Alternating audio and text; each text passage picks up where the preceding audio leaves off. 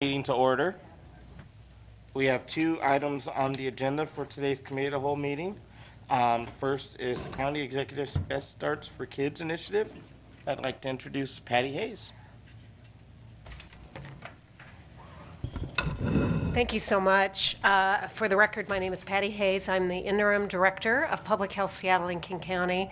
Thank you so much for inviting us and giving us some time to talk about Best Starts for Kids. It's a delight to be down here. We have our area manager from our Renton Public Health Center, Ann Schmoda-Mettler, right there. So I wanted to make sure you saw her. And Jerry DeGreek is here. He's the deputy for the Community Health Service Division where our direct services are. So I really appreciate the time to talk to you about the work, and any questions that come up that I can't answer, I've got backup. So it's always good.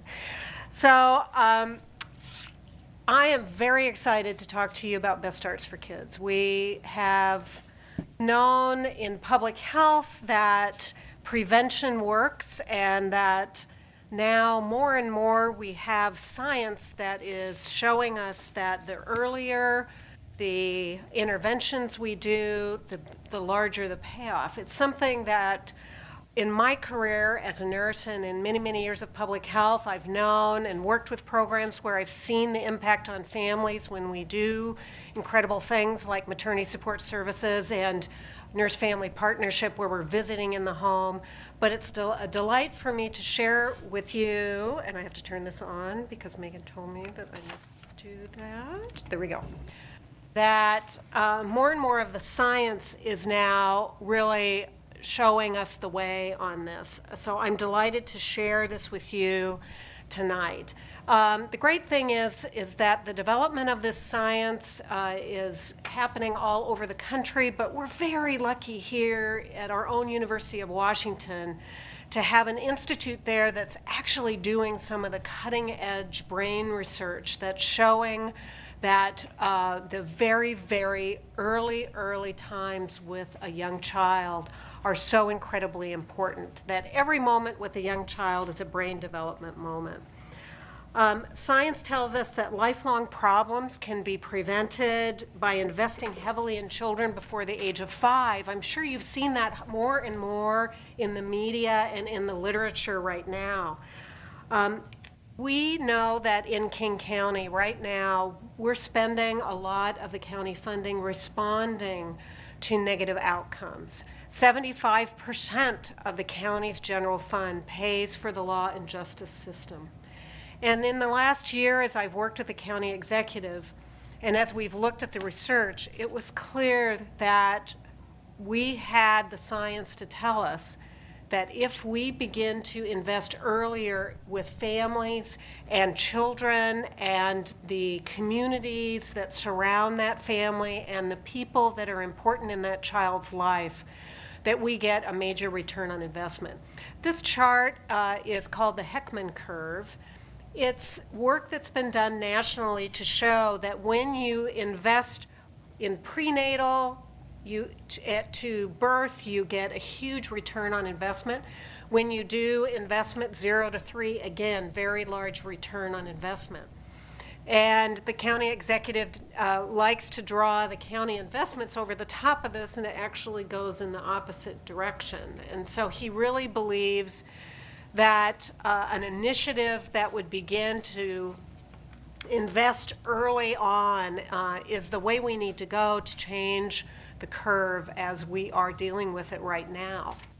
Here's a slide that gives you an idea of the return on investment, the ranges of programs. So early child development, the programs we know can range from every $1 we spend, we can get a return on investment of $3 to $17, depending upon the program. Investment in early treatment and prevention programs for addictions and mental illness, again, a very large return on investment. This requires really looking early and identifying and offering screenings and help to families so that we're identifying problems before or as they manifest themselves rather than just reacting to them after there's a problem. And then the last one you see, the investment in proven community-based programs to increase physical activity, improve nutrition, and prevent smoking. That we've known in public health has a wonderful return on investment. So what we're looking at is really preventing crises before they begin. In my career, I started my career doing home visiting here in South County. That was my territory. I also was working with individuals who were coming out of the hospital with severe head injuries.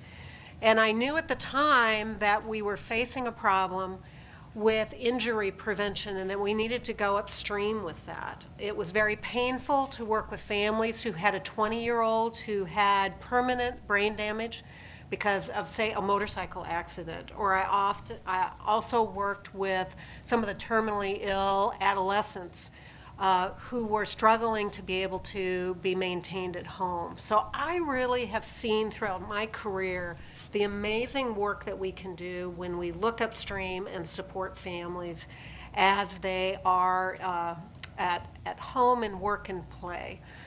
So we are really looking that we know that by the age of 5, up to 95% of a child's brain is developed. That's a really magic time to work with families on how do we help them learn to help that child develop self-esteem, motivation, and the ability to have distraction control.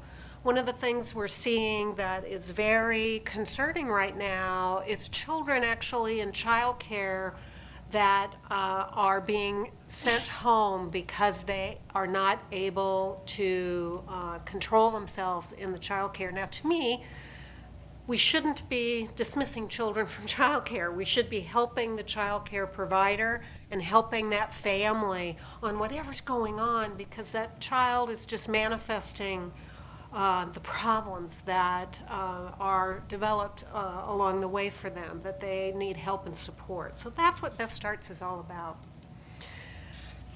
So Best Starts for Kids is proposed as a 6-year countywide levy with the hope of the council putting it on the November 2015 ballot. We're really developing it with an outcomes-based investment focus. So instead of having just a set of programs to invest in, we want to work with local community organizations and with families and local communities to really identify, we know we want these outcomes. We want babies to be born healthy. We want children to feel safe and be healthy and thriving as community members, and we want communities to develop safe, welcoming, and healthy environments.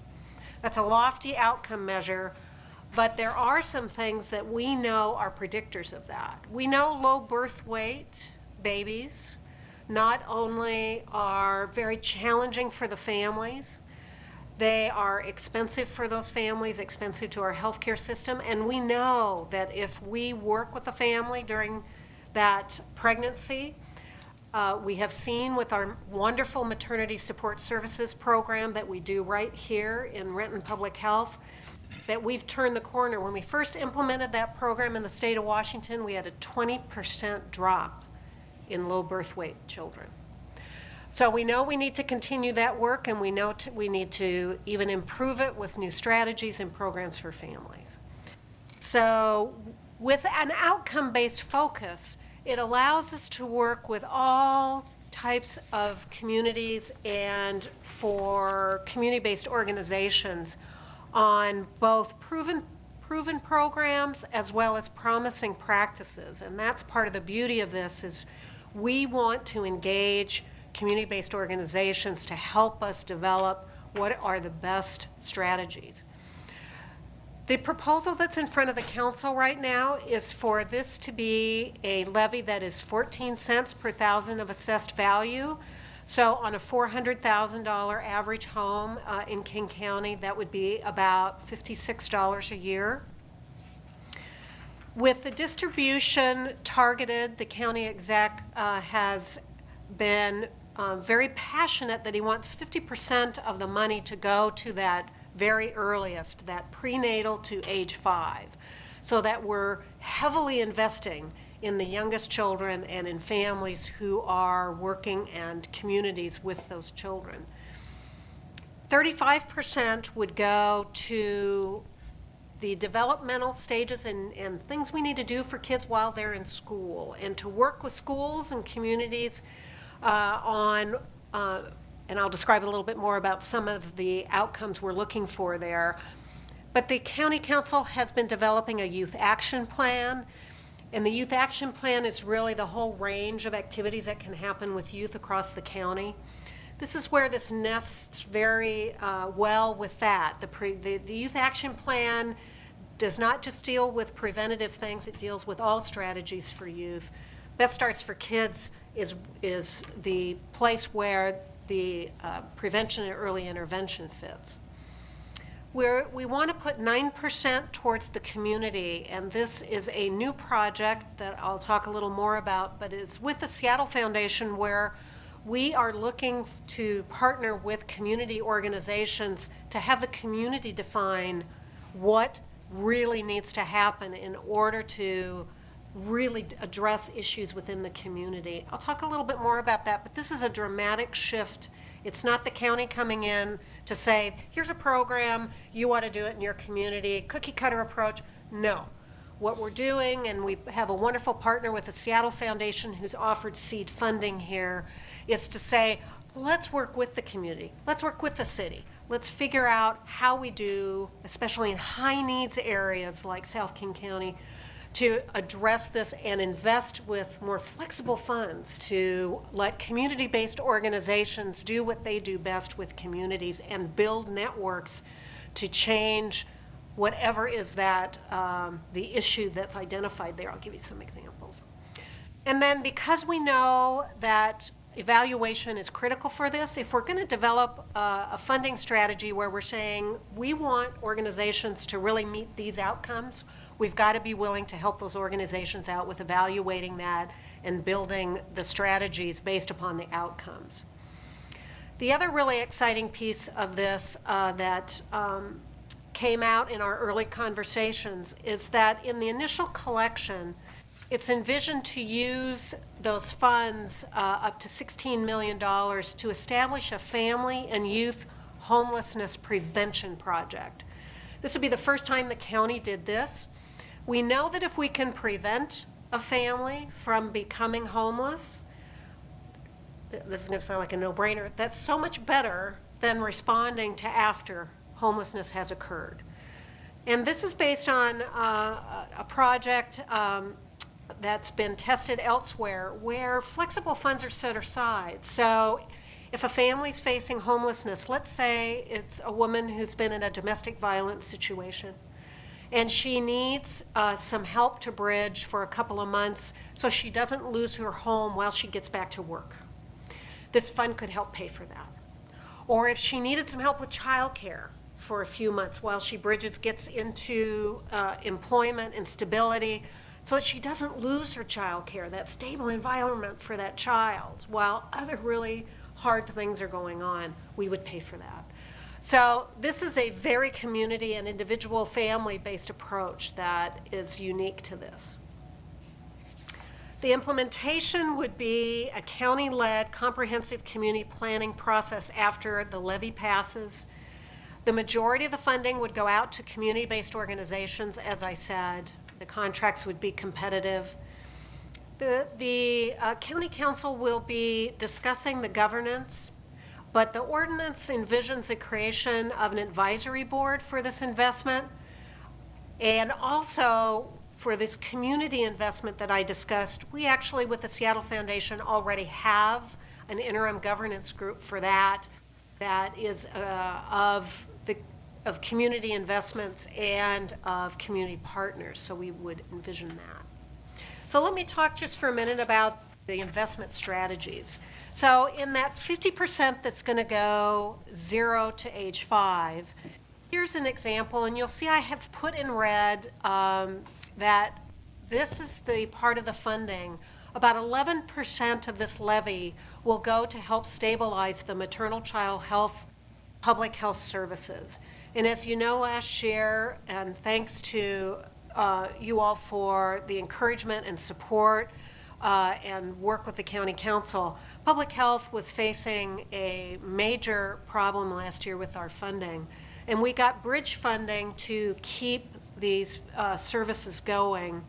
This levy would make sure that the maternal child health programs, that's maternity support services, that's our WIC program, that's our family planning, that's our home-based visiting nurse family partnership program, that's our nurses that are embedded in your CSO down here, your community service office, that all of those can continue.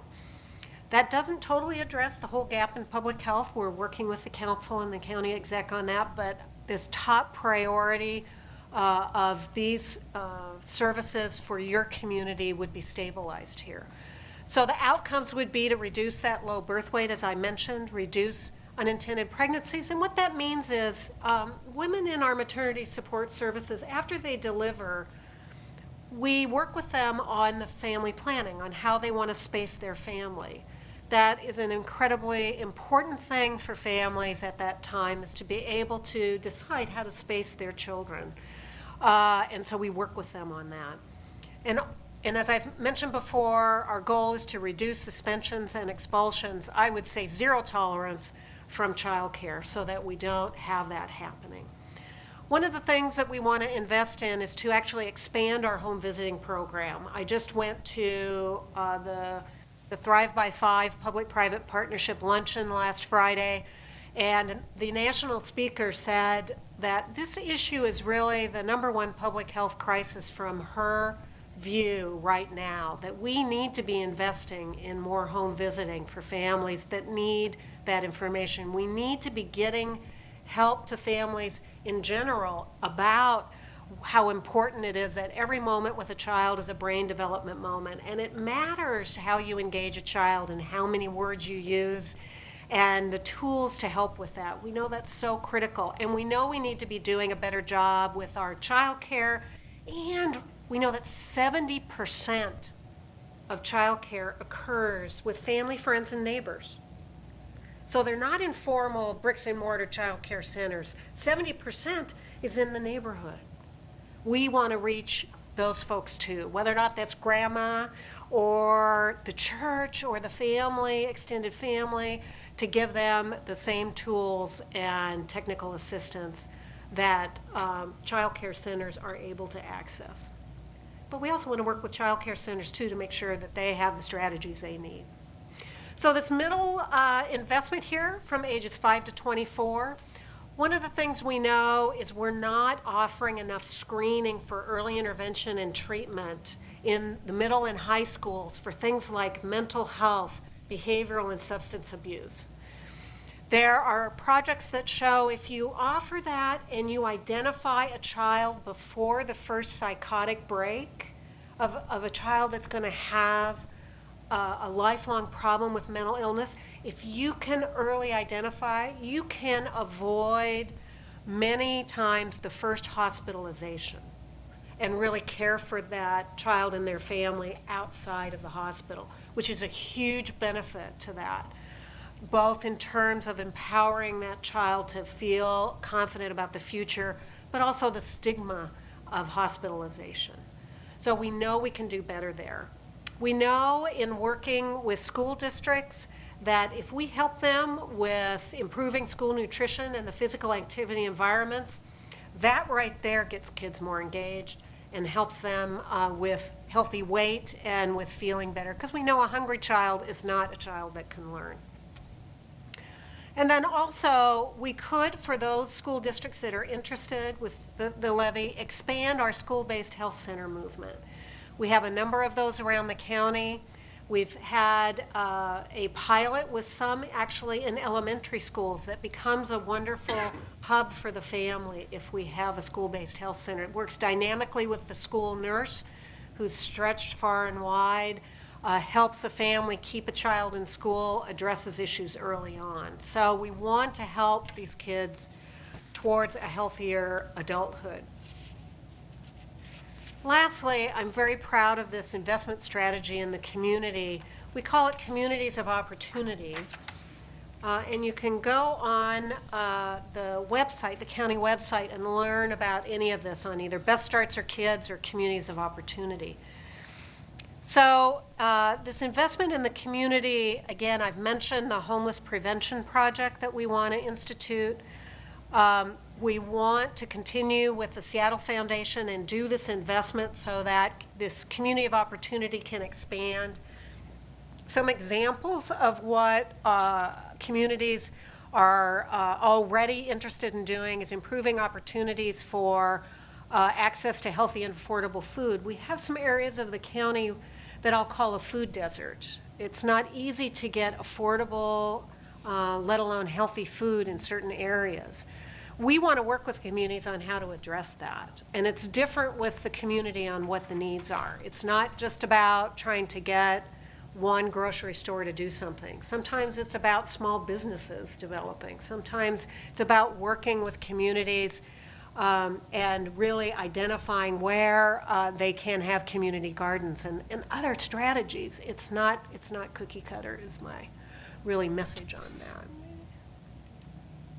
So the timeline is that the ordinance has been transmitted, and the council is starting to schedule conversations about Best Starts for Kids. They will need to vote on and about July 20th to put it on the November ballot. And then, as I said, we would start the implementation after that with the first of the year starting the outcomes. So I'll stop there. There's a lot of information at you, I know, very quickly. I'd love to answer any questions. Here's our contact. We are happy to speak with you about any piece of this. Any questions from council? Yes, Mr. Chair. Yes, Mr. Taylor. Patty, this is very exciting. I just learned about something they're doing in Utah that's pretty interesting, but I think this is more comprehensive. Utah has a housing first, employment second initiative where they're just solving their homeless problem, but they're not targeting, the youth and all of the health issues that go along with that. But I still applaud what they're doing. I guess one of my hopes is that, of course, I'm hopeful that the council will vote to put this on the ballot, but I'm also interested in knowing what would the strategy be to ensure a successful vote in favor of such an initiative. I know that there could be some individuals that, might be reluctant to see a levy like this go through. So have we really vetted all of the, the questions and figured out how to best promote this countywide? Well, thank you for that question. I mean, it's clearly one reason why we're doing as much of a roadshow as we can to inform really critical conversations that you all can have and talk with your community. I'm trying to get out to as many city councils as possible. As the council debates this, we're very, very lucky to have had key advisors from the University of Washington, from the Gates Foundation, from the United Way, from the Roadmap Project, all talking with county executive about putting this together. One of the reasons why it's as comprehensive as you mentioned is that was the advice we got from the experts, from Ben Danielson, who is on our Board of Health, but also the director of Odessa Brown. We brought together those key leaders to say, if we were going to do something and have it based on the research and what we know will work, they all said it's got to be this comprehensive approach. So the messaging around that is really how we talk about work with families and early investment. And then once it goes on the ballot, of course, that's other people besides myself will be involved in whatever that campaign will be. And getting the word out. But I think right now what I want to do is just engage in this conversation so that you can help me think about what we need to be doing to just get the word out. And then of course you have such a stellar public health center here in the area that we have pulled together in a new facility, and we were able to pull our dental clinic into that for more convenient for families. So I would really invite all of you, if you haven't had a chance to get a tour there, to do that and really see the treasure you've got in your community. Any other questions from council? All right, thank you so much. Thank you so much. All right, next up, we have regional issues. Anyone have any regional issues from regional committees they want to discuss? All right, well, this committee of the whole is adjourned.